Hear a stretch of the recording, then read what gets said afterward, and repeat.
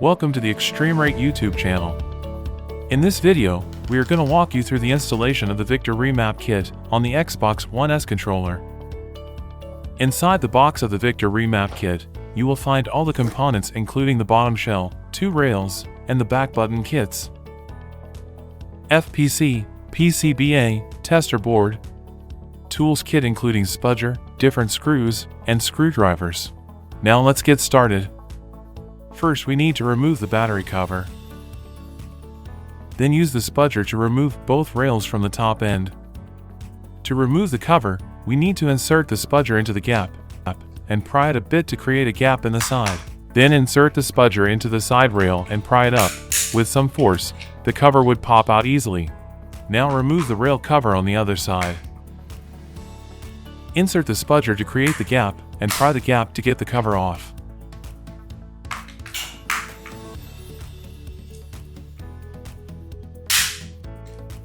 Then we need to unlock the 5 screws that secure the bottom cover.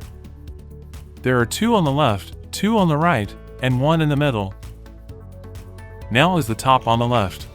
Use the screwdriver to unlock those screws counterclockwise. For the middle one, you may need to pierce the paper if the screw is covered, and then unlock it with the screwdriver. Now unlock the one on the top of the right, the one on the bottom left,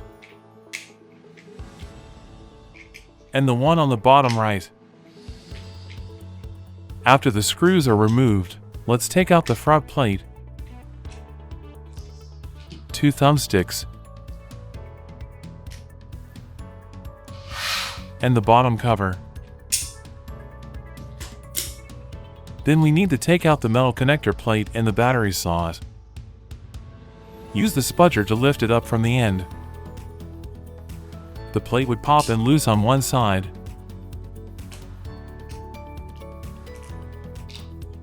Now let's turn it to the other side to lift it all out.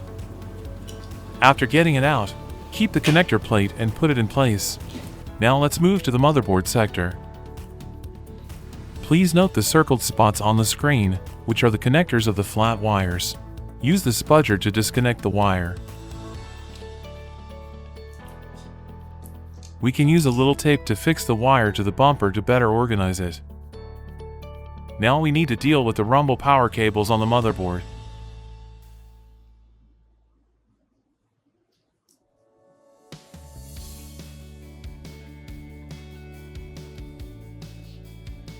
There are 8 cables in total and we need to disconnect them by solder iron. Check the cable's color orders from top to bottom. They are gray, black, red, and black. Heat the soldering iron to a temperature above 350 Celsius and below 400, and put solder on the joints of each cable. Please be careful during the soldering in case the motherboard is damaged by the heat. Then heat the point and disconnect the cables.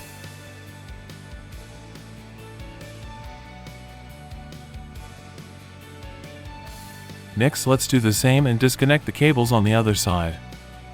Put solder on each cable joint first.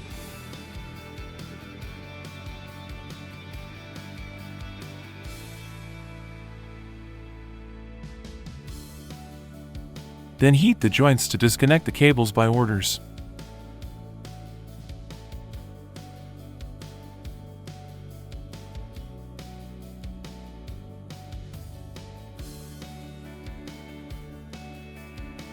Once it's done, all the cables are successfully disconnected. Now let's remove the PCBA too. Unlock the screws securing the board, one on the left and one on the right.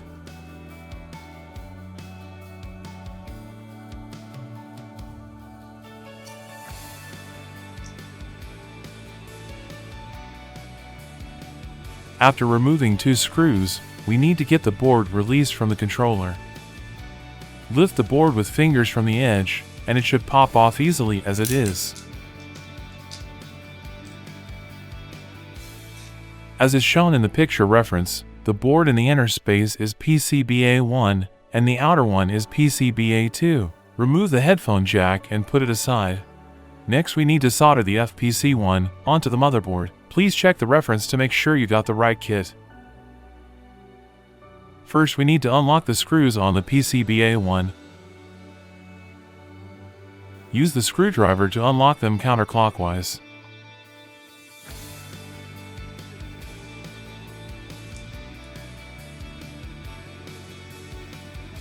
After removing the screws, let's put the FPC onto the board.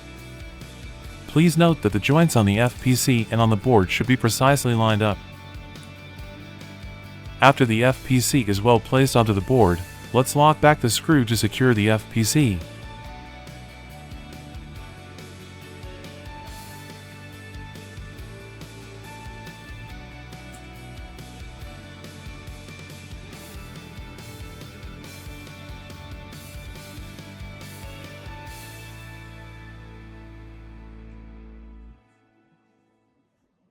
And in case the FPC would dislocate in the following installation process, it is necessary to use the tapes to fix the FPC on the motherboard.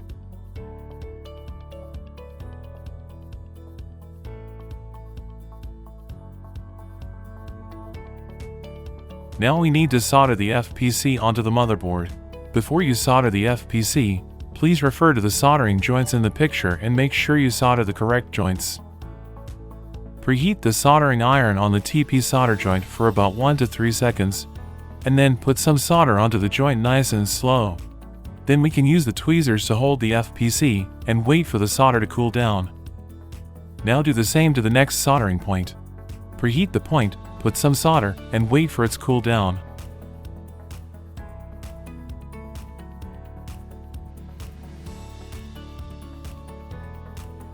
Now let's do the third one. Be careful and take it slowly for the rest of the soldering.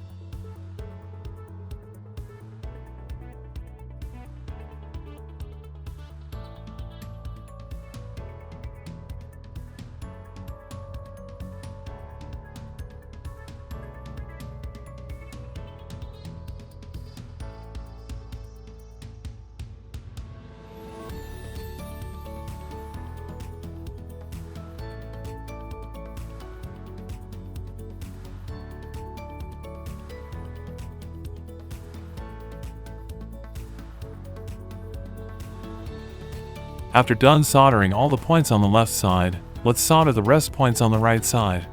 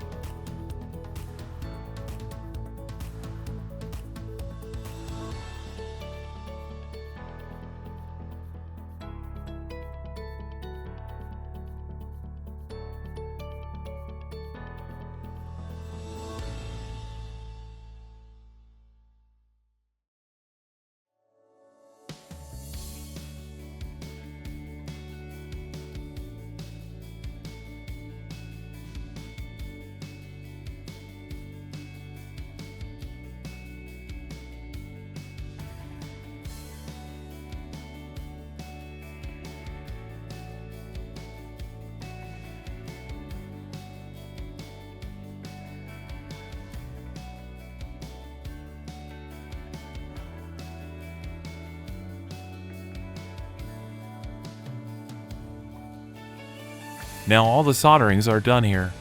There are 12 soldering points in total. Please make sure each is soldered nice and neat.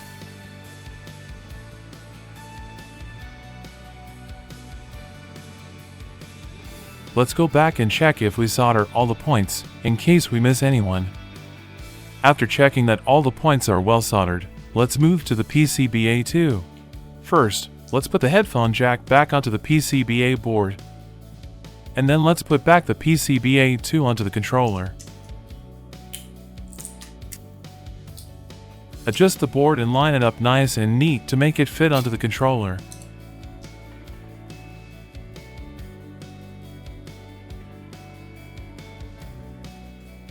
Line up the soldering points and lay the FPC right on the board. And then peel the yellow film on the board. Then let's get ready to solder the FPC2 onto the PCBA board. First, let's line up the soldering points and lay the FPC2 right on the board.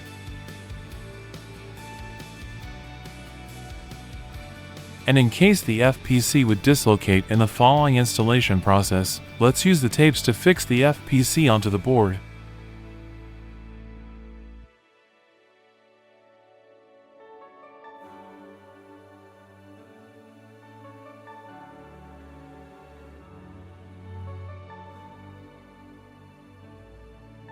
Now the FPC is laid nice and neat, let's get ready to do the soldering. Before you solder the FPC, please refer to the soldering joints in the picture and make sure you solder the correct joints. Preheat the soldering iron on the TP solder joint for about 1 to 3 seconds and then put some solder onto the joint nice and slow. Then we can use the tweezers to hold the FPC and wait for the solder to cool down. Then do the same to the rest of the soldering points. Be patient on every soldering, and careful not to heat too long in case we damage the circuit board.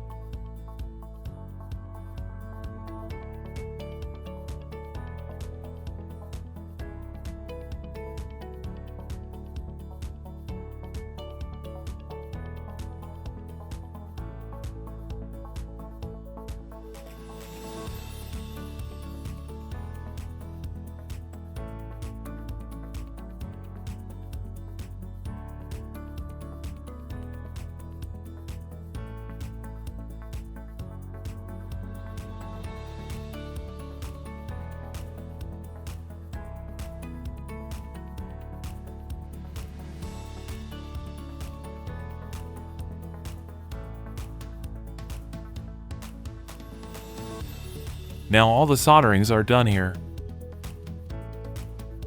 Let's go back and check if we solder all the points, in case we miss anyone.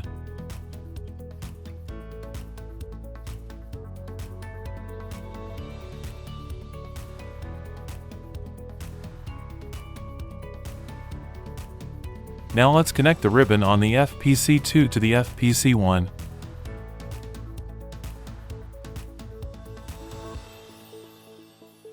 Attach the ribbon to the connector on the FPC1. And then lock the connector flap to secure the ribbon.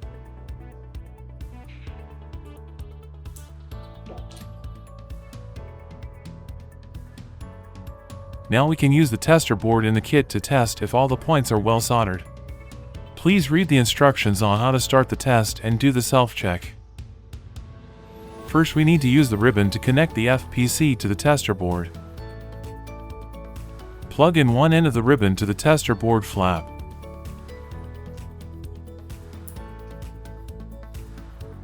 After we connect the FPC to the tester board, we need to power the controller to make it work, and then check the indicators on the tester board. If all the indicators light up on the tester board, it indicates all the joints are correctly soldered. Now let's cut off the power and remove the ribbon to disconnect the tester board.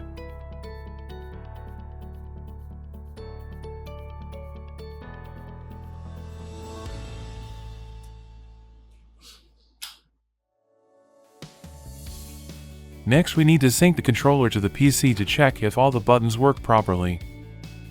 Sync the controller, and then open the controller test site. Press all the buttons and check if all the buttons work properly.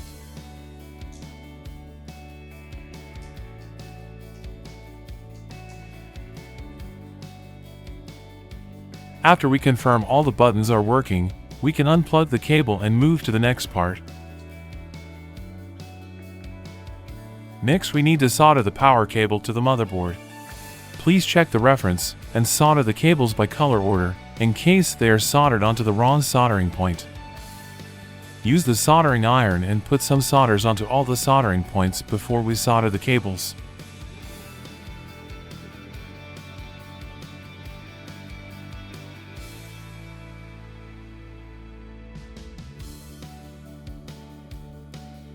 And then we can solder the cable back onto the motherboard. First is the gray cable.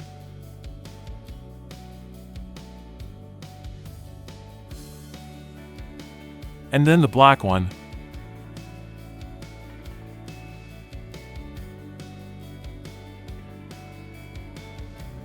Next is the red one.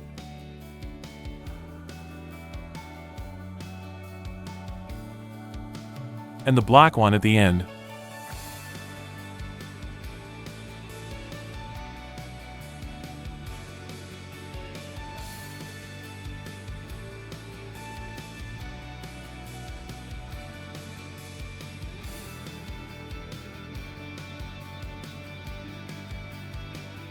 After done soldering the cables on the left, let's solder the cables on the right side. Likewise, we need to put some solder on the soldering point first.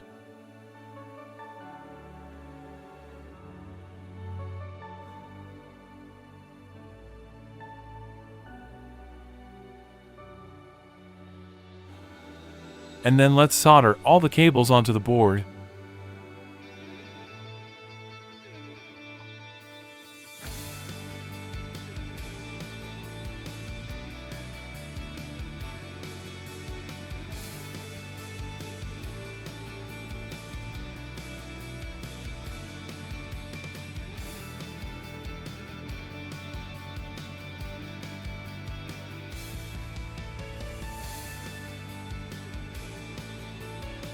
After all the cables are soldered to the motherboard, we can use the reference again to check if they are all correctly soldered in the corresponding place.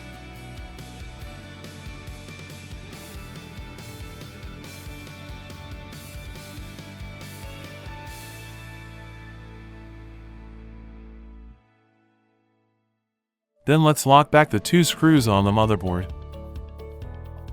You can either use the stock silver screws or the black screw in the kit pack.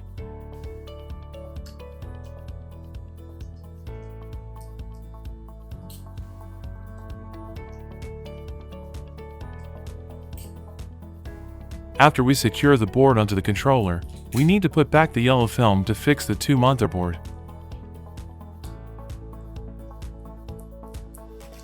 Now we can release the antenna cable we previously pasted on the bumper.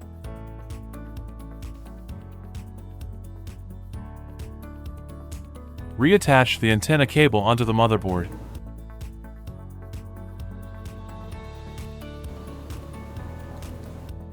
And arrange the cables and make them neatly placed. Then let's move to the next part. We need to remove the battery cover on the new bottom shell and install the battery connector plate into the slot.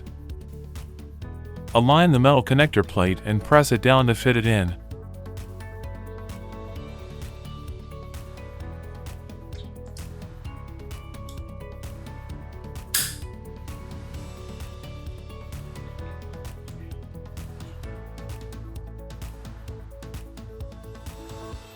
Then we need to install the back button frame. Line up the one frame to the button place and press it down to fit onto the shell.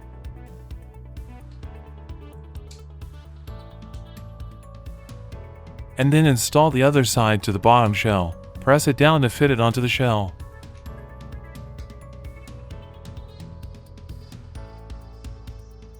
Now we can install the back buttons K3 and K4 on the right side.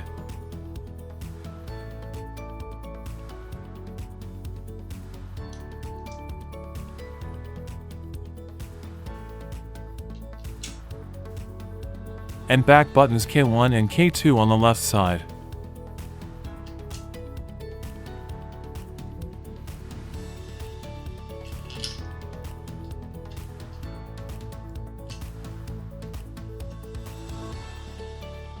Then we need to install the setting button onto the back shell. First, we need to install the transparent button holding piece. Press it down to the end as much as possible, and then install the setting button in the middle hole. Please note the side with a notch is for the left.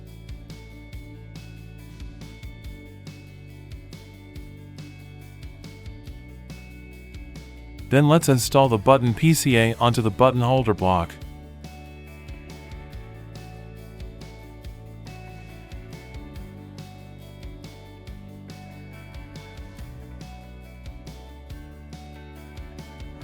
First, lay the PCB K1 and K2 onto the block and make sure they are lined up.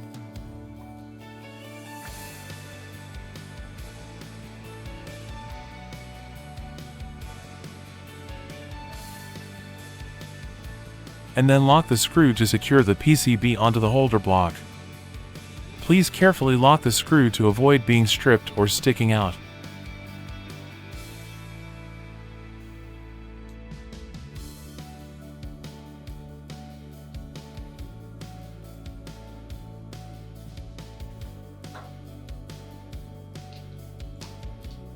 And then install the K3 and K4 PCB onto the holder block. Line it up and make sure both parts fit neat and tight.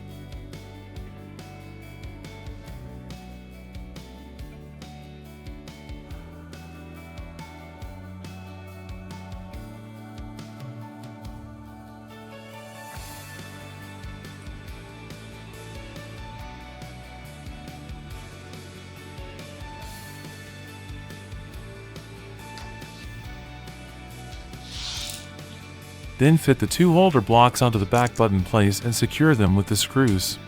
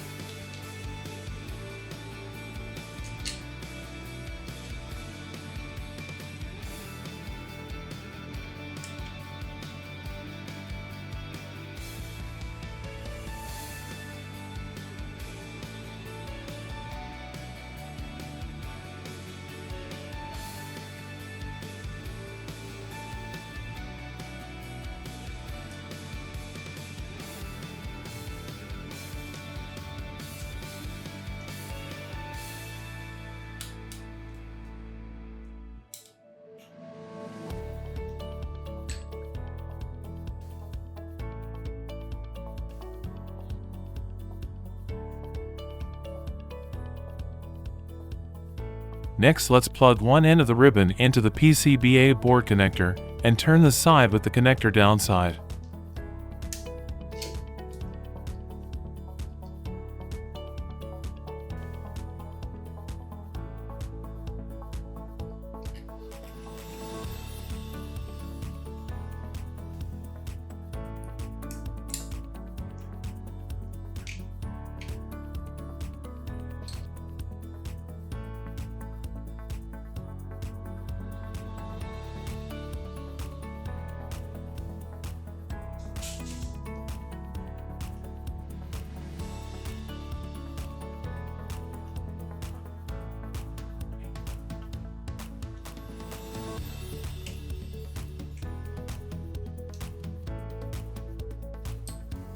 After the PCBA is secured on the bottom shell, let's put the front and the bottom part back together.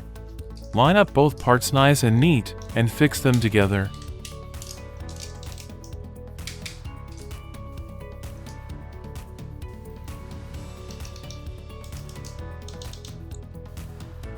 Now we need to put back two thumbsticks onto the controller.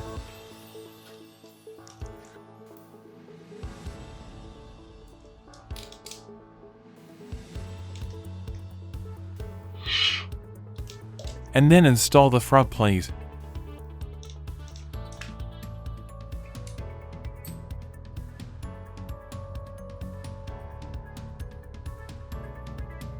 Then lock back all the screws in the bottom cover.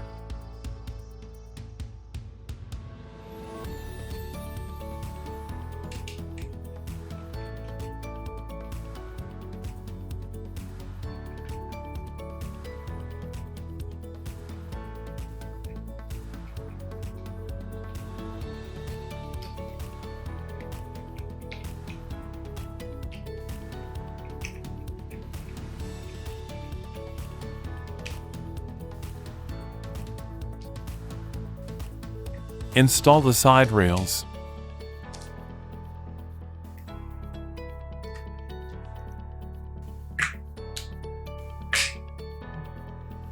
Last, let's put back the battery cover, and the installation of the Victor Remap Kit is all done. In the following section, we will show you how to check and test the Victor Remap Kit.